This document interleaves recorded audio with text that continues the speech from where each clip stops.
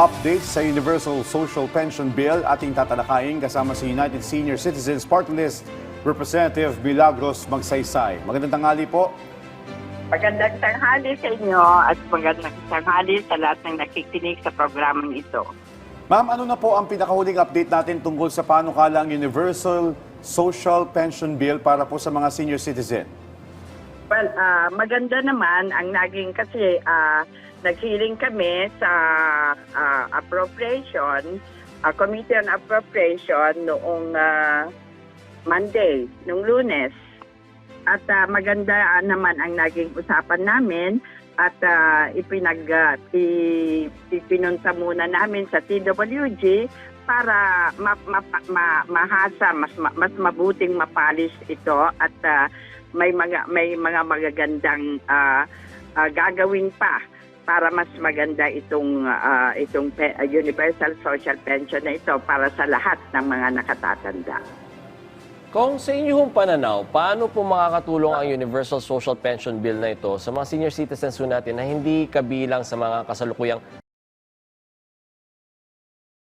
social pension program ng pamahalaan sa iba't matulong, lalong-lalo na sa mahihirap. Kasi hindi naman lahat ng mahihirap ay napasama dito sa kasalukuyang social pension. Kasi limitado lang naman ang budget nito, no? So kung mahalaga ito sa kanila at pandagdag para sa gastusin nila araw-araw. Oo, at saka sa mga kasi ito kasi pangkalahatan ito.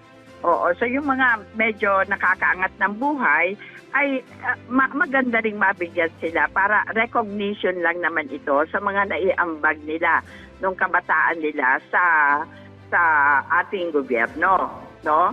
So napakahalaga talaga itong batas na ito, Universal Social Pension, at ito talaga ang gusto at talagang clamor ng lahat ng mga senior citizen na magkaroon sila ng buwanang pension. Kaya talaga naman pong isang dekada ko na po na sinusulong ito at sa awa po, by the grace of God po, ay makukuha na po namin itong taong na ito. Alright. Kung sa ilalim po ng panukalang ito, nasa magkano po ba ang target na buwan ng ayuda o pensyon na matatanggap ng bawat senior citizen?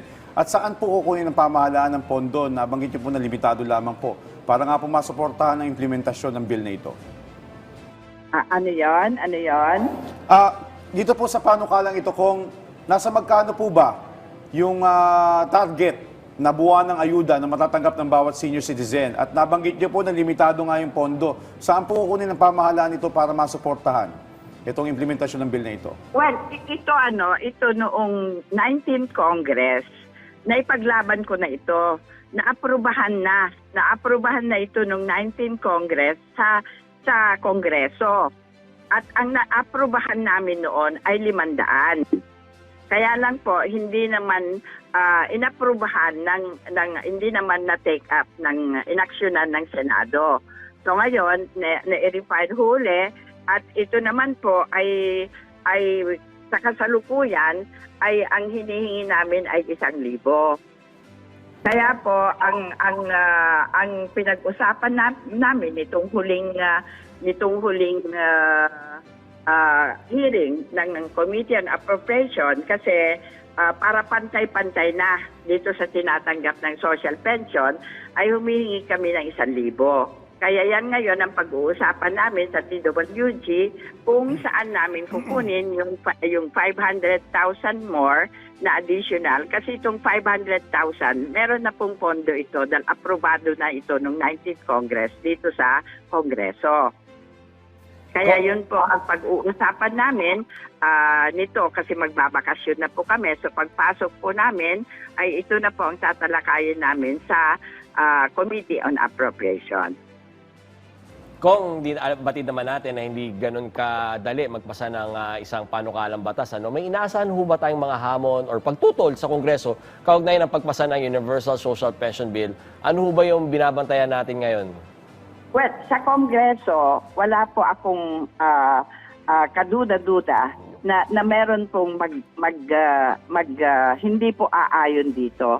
Kasi lahat naman po nung 19th Congress ay unanimously voted naman po ito. Kaya nga po naipasa namin noon sa Kongreso ng 19th Congress.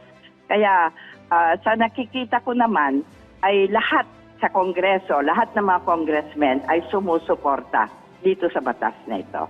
Okay.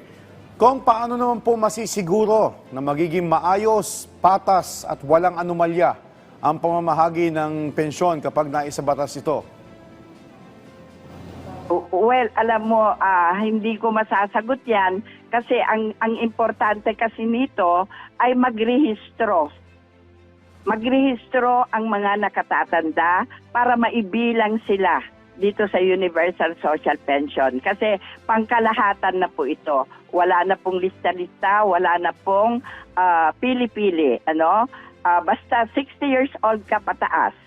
Mayaman ka man, mahirap, may pension ka na tinatanggap sa GSIS, SSS at kung anuman pong pension, kasama ka na dito sa Universal Social Pension na kung may sa batas ay makatanggap ka ng buwanang pension. So, importante po na magparehistro tayo kasi po kung hindi kayo magparehistro, hindi po kayo mabilang, hindi kayo mabibigyan. So, ayan po, sa nakikita ko naman po, wala naman po siguro magiging anomalya kasi meron naman pong bilang. Kung nagrehistro sila, mabibilang po sila. May bilang naman po itong magpe-pension. So, kung ano lang po yung bilang ng mga magpe-pension, ayun lang po magiging pondo. Kung mensahe nyo na lang po sa mga pamilyang Pilipino hinggil sa kahalagahan at ng pagbibigay suporta at proteksyon sa mga senior citizens. Ay mahalaga po kasi alam mo natin na maraming mahihirap pa dyan na mga nakatatanda na talagang kailangan ng tulong, lalo na po sa kalusugan, lalo na po sa pagbili ng gamot. Kaya kailangan po na mabigyan sila nitong Universal Social Pension na ito. Hello? Hello? Okay. Maraming salamat po sa inyong oras, United Senior Citizens Party List Representative Milagros Magsaysay. Maraming salamat po, Kong. Thank you, Kong. Maraming salamat din sa oportunidad na binigay ninyong ito.